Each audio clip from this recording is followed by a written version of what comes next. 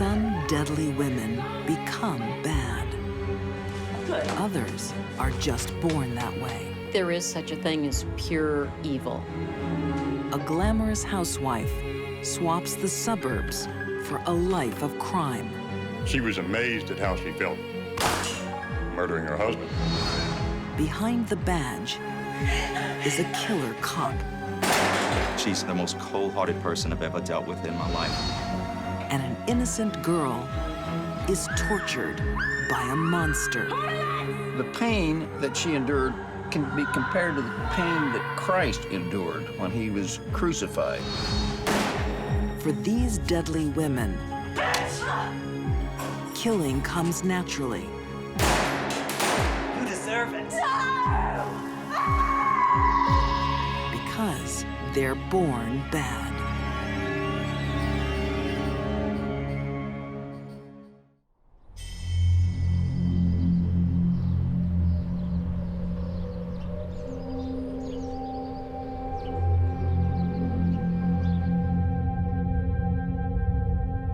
In the mid-1960s, Indianapolis police confront horror in a house full of children.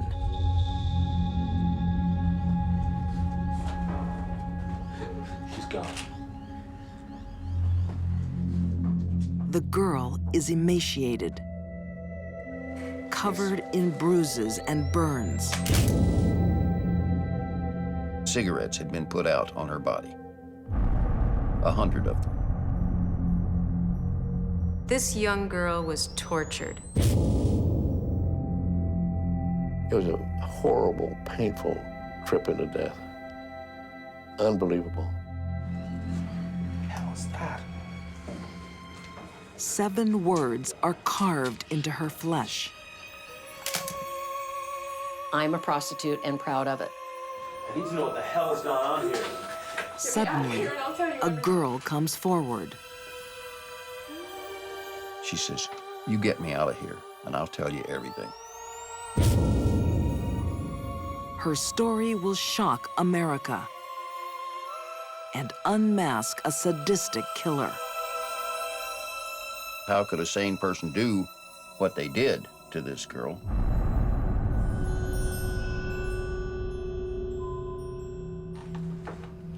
Earlier that year, Mama? Is that you? Yeah, it's me. Gertrude Baniszewski is living on the edge. This afternoon. Johnny? Hey, Ma. Where you been? I ain't been nowhere. You better behave yourself. The one-time beauty is worn down by poverty and parenthood. Gertrude was 37 years old and had this house full of kids. Where you girls going now? Just out, you know. She had practically no income. She had some child support, which was not a lot in those days.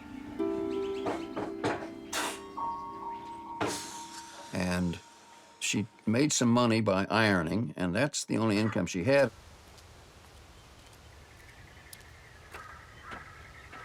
Natty Bumppo was a young Indianapolis reporter when he investigated the Baniszewski case.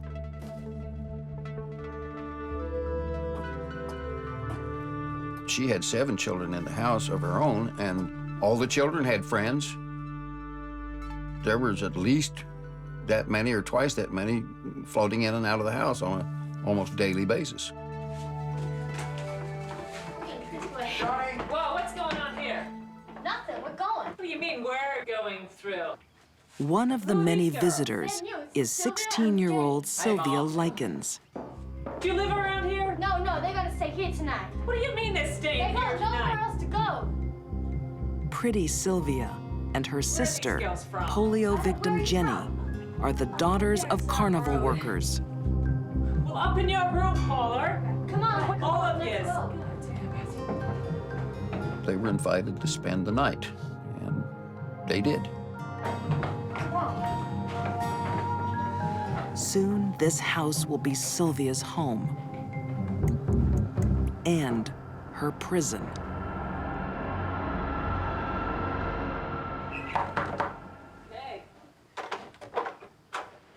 Hey, I'm looking for my daughters. When her father, Lester, meets Gertrude, he makes a fateful proposition. Here they are now. Hey, girls. Well, come on in. He asked Mrs. Baniszewski if she would board the girls for him while they went out on the carnival circuit. Now we got plenty of room here. She said yeah, and negotiated a price of $20 a week. That's great. That sounds great. Now there is one thing. Now I'm gonna need that $20. All right. I'm gonna need it up front. All right. Okay? Because I don't know that Gertrude Baniszewski ever made a rational economic decision in her life. This certainly wasn't one. Yeah. I got $20 right here. I'm sure she resented the burden, Okay, 'cause I'm gonna need even the though money. she had agreed to take it on. All right. Now I'm gonna need the money every week. Sure, I mean, we'll be on the road, but I get it to you. I need it on time. You know, I get it to you. Well, I want to Lester has made a grave mistake. I promise. Okay, because I want to take those girls to church. Gertrude is the last person All right, well, you that would sounds leave like your a deal. children with. All right. Okay. She was cold, distant sometimes, giving one the impression that she's not exactly there all the time. In 1965, psychologist Edward Strain gives Gertrude Baniszewski a simple diagnostic test. He asks her to draw a self-portrait. She drew a woman who had long fingers, and each finger was kind of clawed or pointed, which is suggestive of sadism, hurting people. The diagnosis I came up with was hysterical personality with overdetermined sadistic trends.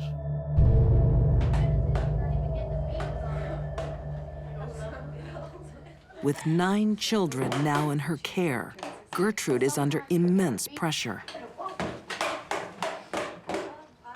The house wasn't equipped for 2 people, let alone the crowd that was living there. I mean, it was grim. Something out of Charles Dickens almost. It's not here. I looked after you 2 girls for nothing. Now get up here. When Lester's payment doesn't turn up, she erupts, punishing the girls for their father's failure. Now bend over.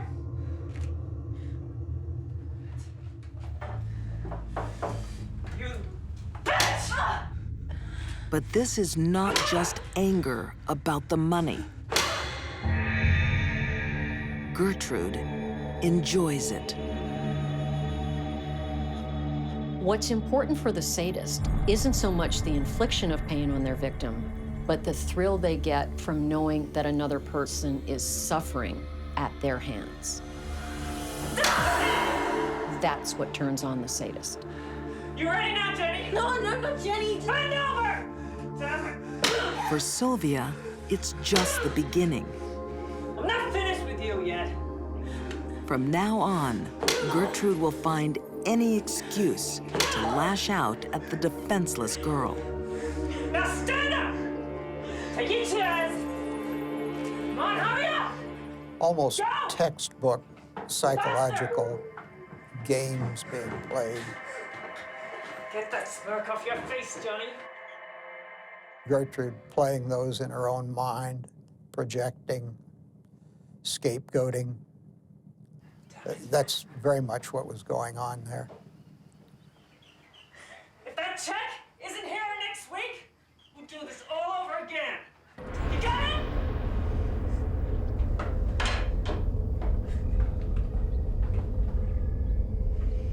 Jealousy is a very common motivator for abuse and murder. Former FBI profiler Candice DeLong believes Sylvia was a constant reminder of everything Gertrude had lost. Gertrude didn't have any of the things that young Sylvia had. Sylvia was pretty and she was clean, she was a virgin. I think Gertrude was jealous.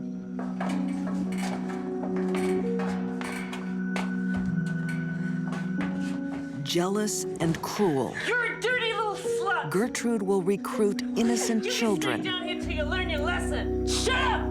in a sadistic vendetta against Sylvia Likens. The pain that she endured on a daily basis, I think, can be compared to the pain that Christ endured when he was crucified. But he went in a day.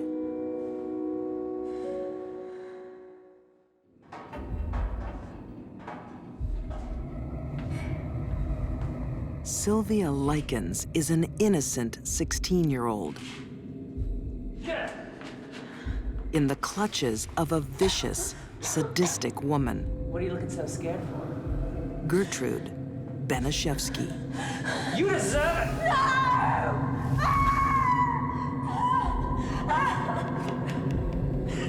I think she knew everything she did.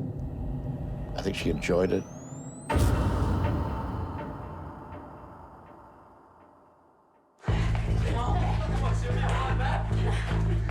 She doesn't act alone.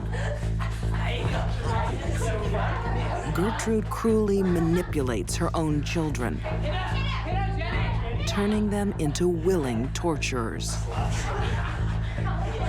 It's not unusual in child abuse cases where a household has many children in it that the abuser singles out only one child for the physical abuse and engages the other children in committing it and acting it out for the abuser.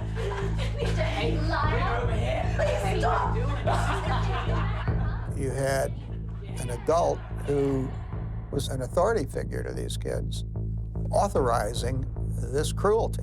This is what happens when you're slut. The mother sends out a message, in this case, Gertrude to her own children. If I can do this to her, then I can do this to you.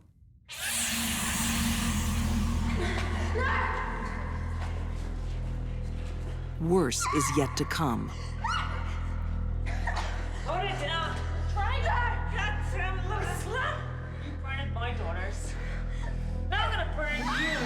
Hold your legs! When Sylvia is accused of spreading rumors, You see this? You gonna get this? Gertrude's sadism finds new extremes.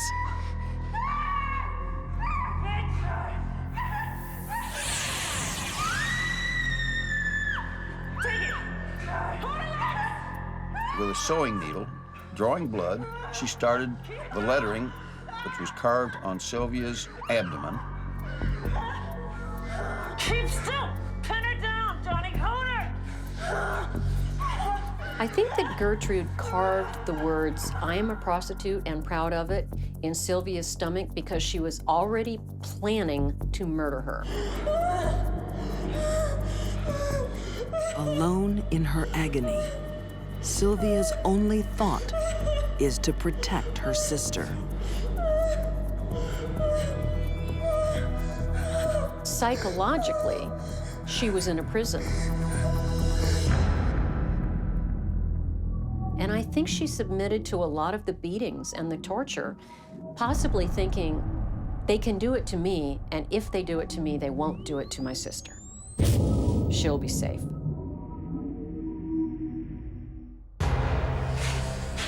Get up! Come on! Get up! Now sit down! The beatings are leaving Sylvia We're gonna weak, write a letter. her body wasting away. We're gonna write a letter to Mr. So and Gertrude Mrs. makes a Likens. desperate plan to cover up her crimes. Now, write to Mr. and Mrs. Likens. Gertrude started getting her to write notes.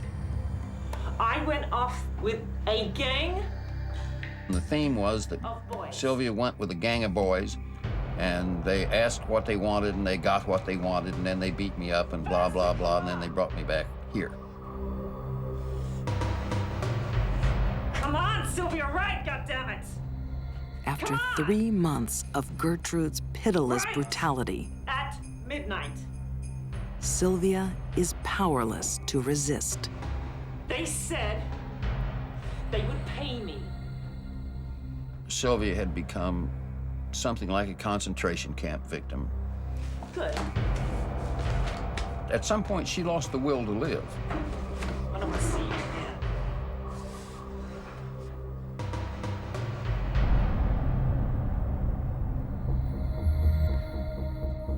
Forensic pathologist Janis Amatuzio believes Sylvia's severe physical condition affected her state of mind. Our will to live is very intimately linked to our immune system.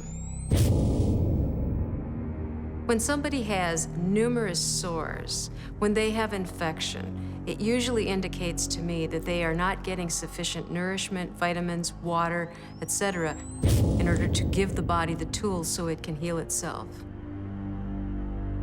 This will cause depression, and with depression, the will to live just simply trickles away.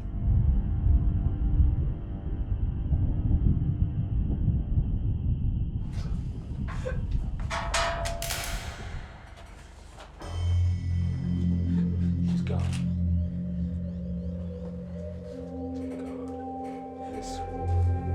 Sylvia certainly must have felt there was no way out.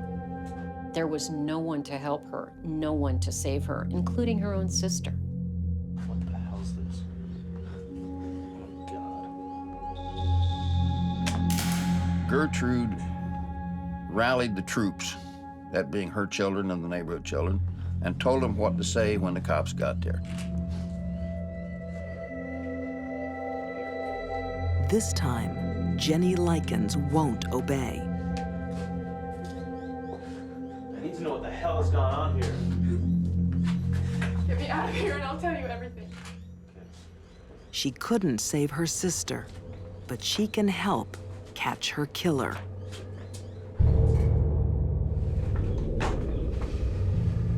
Gertrude Baniszewski is found guilty of first-degree murder and sentenced to life in prison.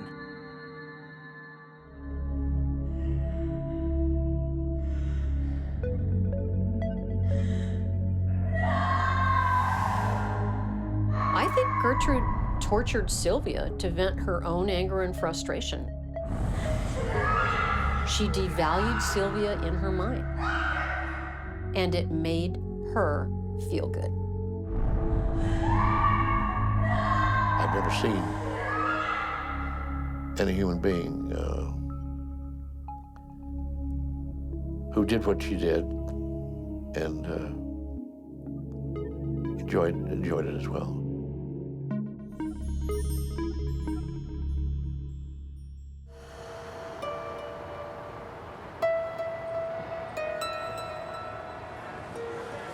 When someone born bad is in a position of power and trust, the deadly fallout can scar even the toughest town.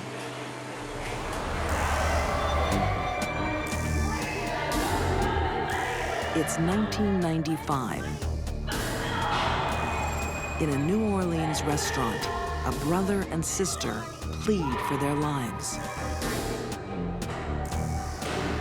They know their attacker. She's been their trusted friend and protector. Now, police officer Antoinette Frank is their executioner. I think she's evil and sick and the most cold-hearted person I've ever dealt with in my life. Antoinette Frank was the last person in the world any police department should have ever hired.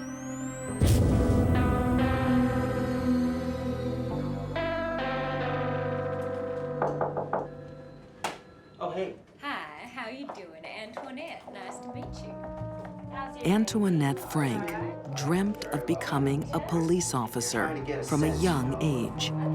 Why do you want to join the force? It's always been something I've been keen on, and I just really want to help with, crime and that sort of thing, and think I'd be just the perfect person. but she should never have been given a badge. Right, never been asked to leave, been fired? Antoinette Frank initially was rejected on the job because of her psychological evaluation. That's it. We'll have a look at all that stuff and, The police department's process at the time then referred her to a psychiatric evaluation by a medical doctor. The doctor finds her a dangerous liar with a troubled history.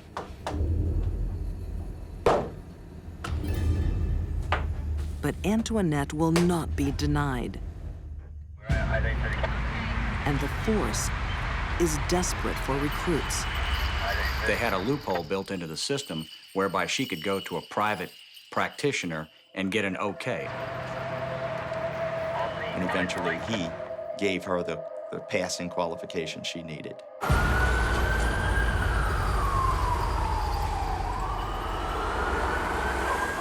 Once in the field, it's clear this 23-year-old isn't cut out for life on the force.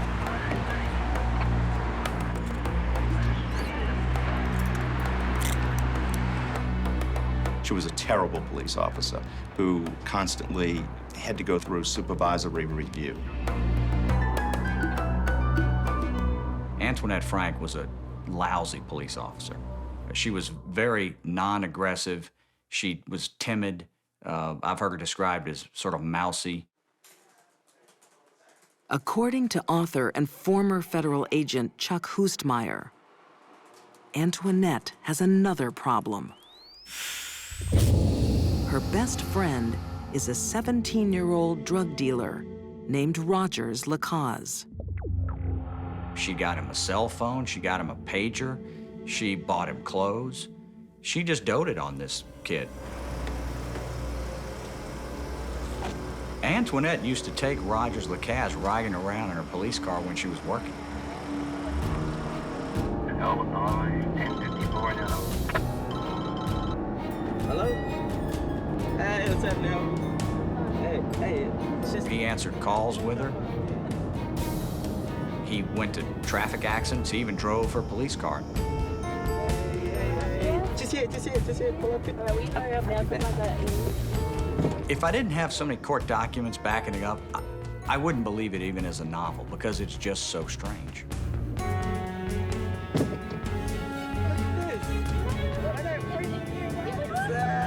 I think Frank was attracted to Rogers Lacaze because he was young and he looked up to her and she could dominate and control him.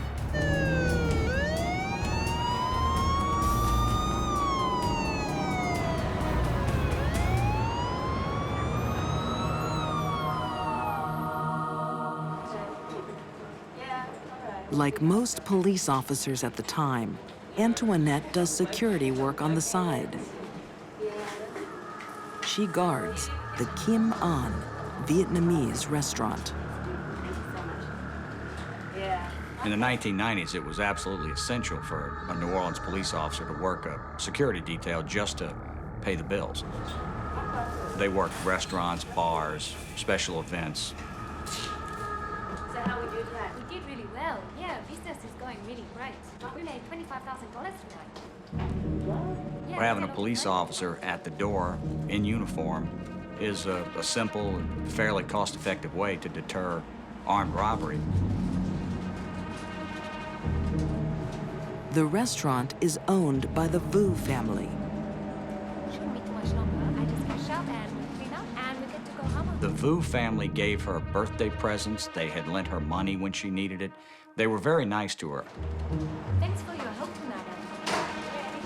We enjoy having you here. Their faith is tragically misplaced.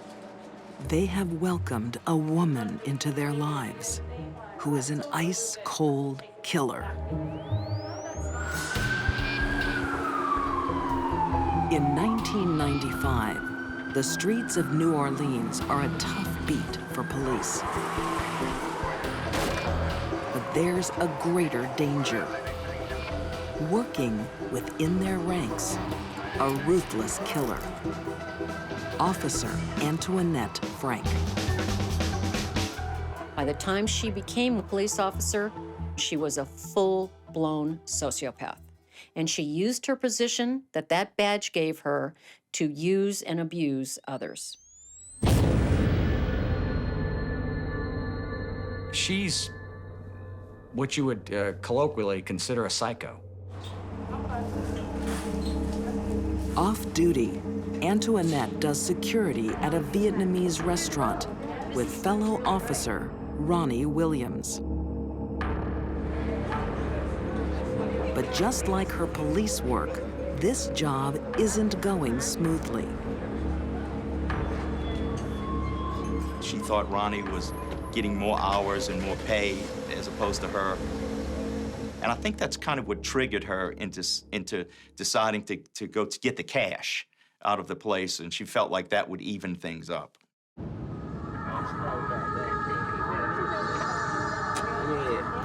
That's okay. With her criminal sidekick, Rogers Lacaze, Antoinette plots robbery and deadly revenge.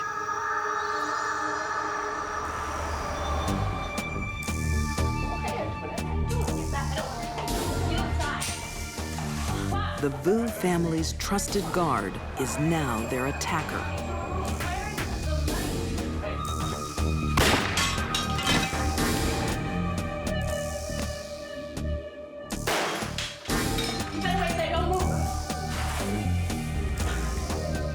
Officer Ronnie Williams, a father of two, dies instantly.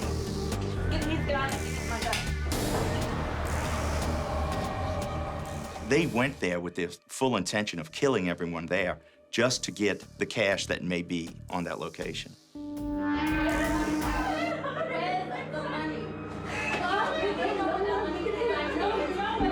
From their hiding place, Chow and Wok Vu watch in horror as their siblings are cornered by a monster. Go away! Where's the money?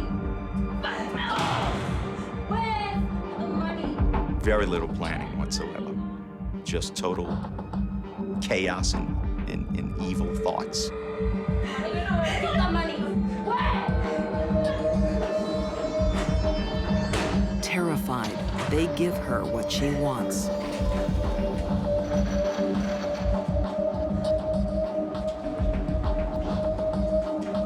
The survivors actually could tell us they heard them begging for their life.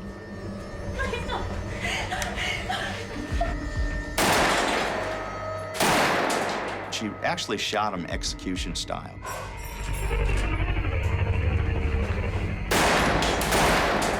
They were on their knees, on the kitchen floor, and she fired 9 bullets into them.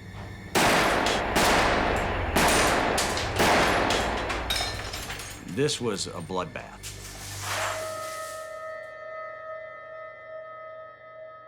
I mean, here you have an active police officer committing murder, and one of the victims is another police officer. It was unheard of. It made me sick to my stomach. I could have vomited because the thought that a fellow police officer could kill another officer for the sake of money.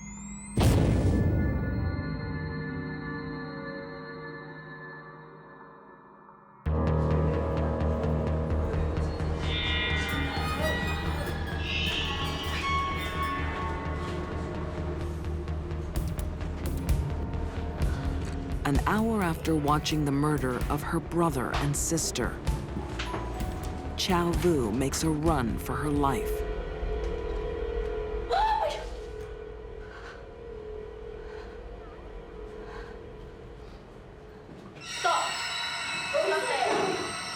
Antoinette has returned to make sure there are no survivors. But Chow Vu is lucky. Police arrive just in time.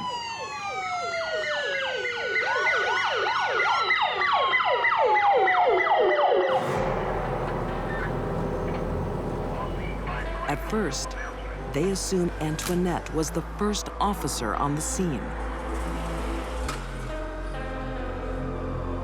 Ironically, I felt like we had received an incredible break by having a police officer as an eyewitness on the scene.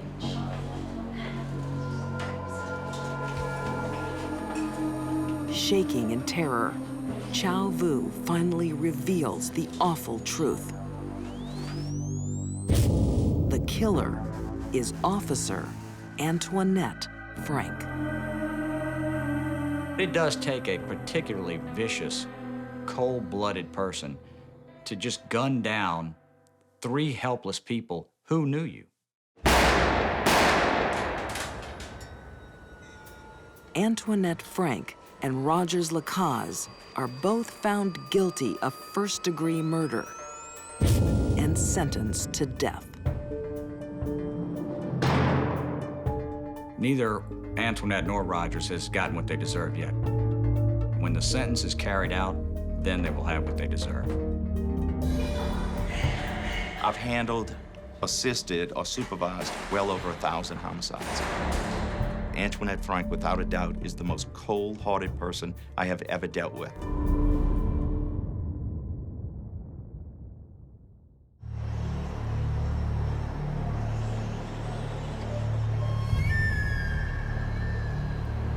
For some women, killing can become a lifestyle choice.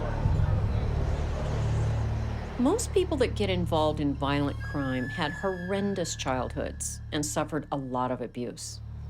Other people that get involved in violent crime were just born bad.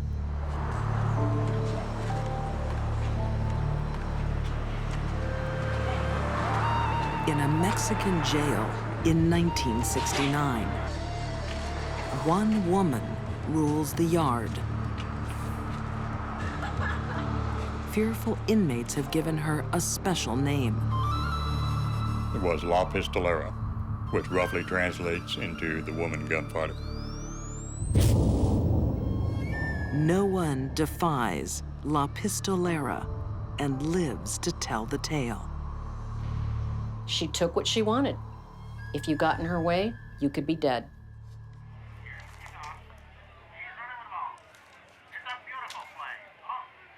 Nine years earlier, in Independence, Missouri, Oh, yeah.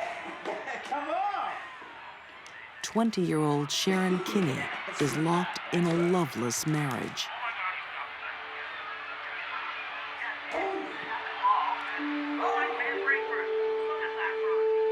She fancied herself somebody greater. She married a young college man with the idea that he could spirit her away. He was going to be her knight in shining armor.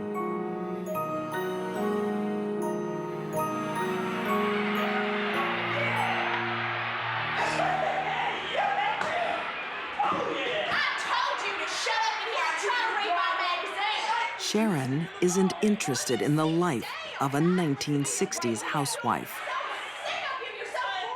Sharon didn't like the religious attitudes of her husband, James.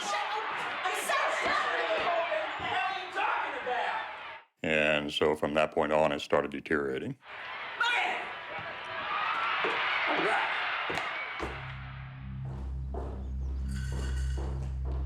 Is that you, Sharon? Husband James wants a divorce. I'm talking to you. Well, you're not talking to me? Oh, hey. Well, you don't His say wife hello, wait a is minute. more interested in cashing in his life insurance with a bullet. You're a whore.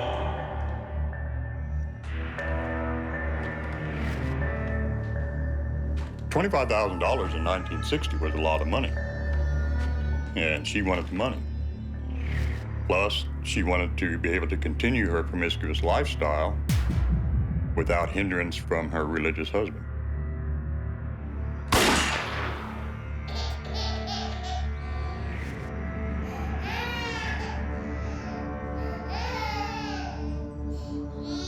For the first time, she feels the thrill of the kill. It won't be the last. She was amazed at how she felt the adrenaline rush of murdering her husband.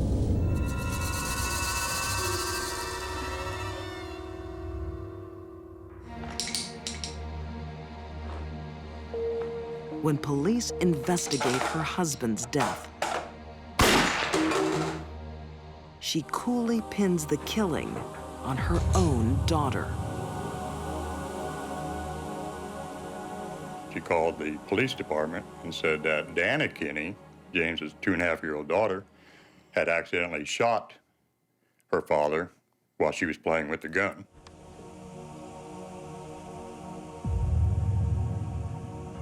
The heavily oiled weapon has no fingerprints. Dubious police accept her story. Sharon gets away with murder. Dana could have fired the pistol, so they ruled it an accidental homicide.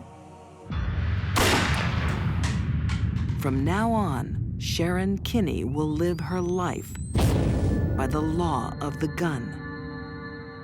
Sharon Kinne was a sociopath. She had no guilt, no remorse about hurting anyone. She had no empathy for human life other than her own.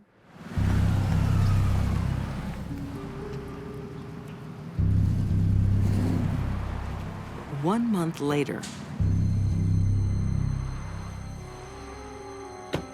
widow Sharon has her insurance payout, a new life, and a new man.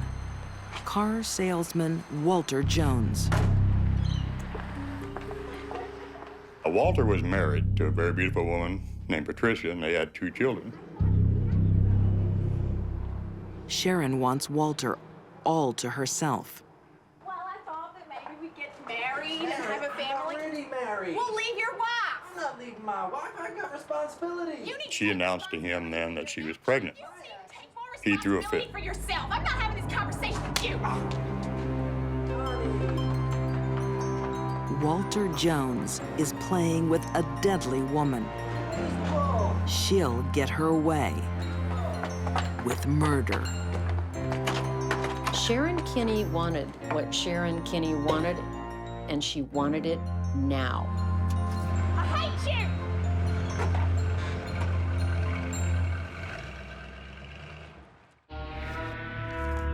Sharon Kinne is a housewife who's traded life in the suburbs for a life of crime. She didn't want to be a normal, average American woman. She wanted excitement, and crime gave that to her. Just months after shooting her husband, Sharon's having problems with her new lover, Walter Jones. I hate you. He doesn't want to leave his wife, Patricia.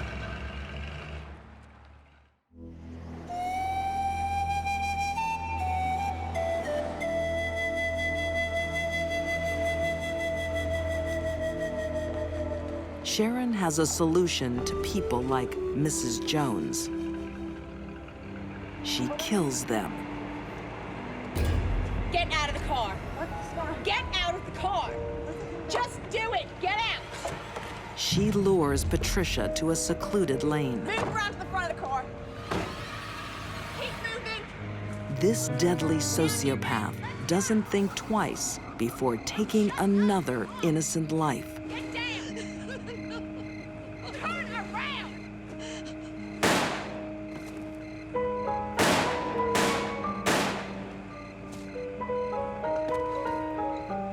Police discover that Sharon is the last person to see Patricia alive. They arrest her on suspicion of murder. It was my sister-in-law, and I loved her dearly. She was absolutely precious. She was very precious.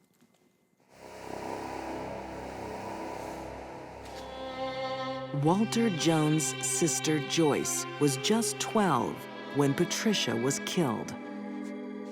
She'll never forget the moment she locked eyes with Sharon Kinne in court. She looked at me, and it just felt like her eyes just pierced right through my soul. It was the creepiest thing.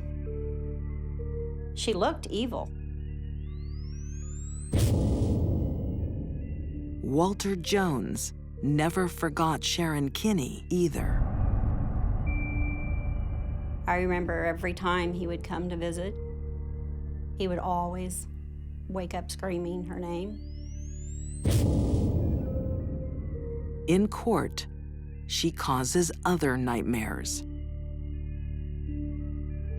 Sharon Kinne was found not guilty. And one of the reasons she was found not guilty is because they never found the murder weapon. Set free, Sharon embraces the criminal life, spending the next few years running with the mafia in Kansas City. Then she heads to Mexico. Oh my God. Did you enjoy that? Yeah.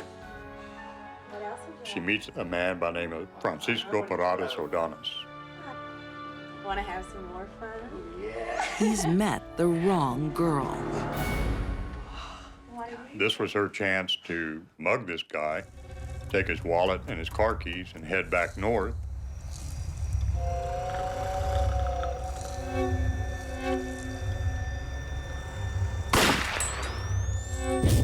This time, she doesn't beat the law. Sharon was very flippant. Yeah, I'm going to get out of this. Yeah, I'm invincible. Yeah, I'm bulletproof. A Mexican court finds Sharon Kinne guilty of murder and gives her 10 years in prison. But a foreign jail is no match for this deadly woman.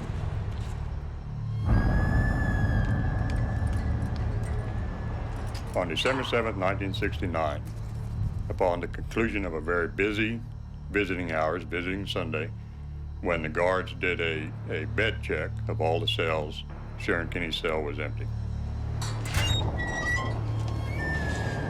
The one they call La Pistolera is gone. That's quite a feat, and she pulled it off. That's the kind of person she was. Nothing could stand in her way, not even prison. No trace of her has ever been found. I do not believe she's dead. I believe that anybody as smart and crafty as Sharon Kinne would still be out there.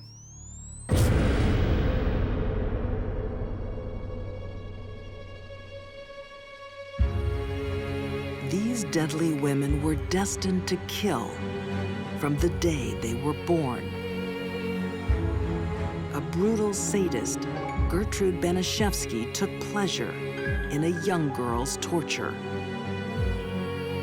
Sharon Kinne was an outlaw who lived by the rule of a gun. And Antoinette Frank destroyed the very people she was pledged to protect. Deep-seated urges made them dangerous to know. These were frightening women, following an instinct to kill. They were born bad.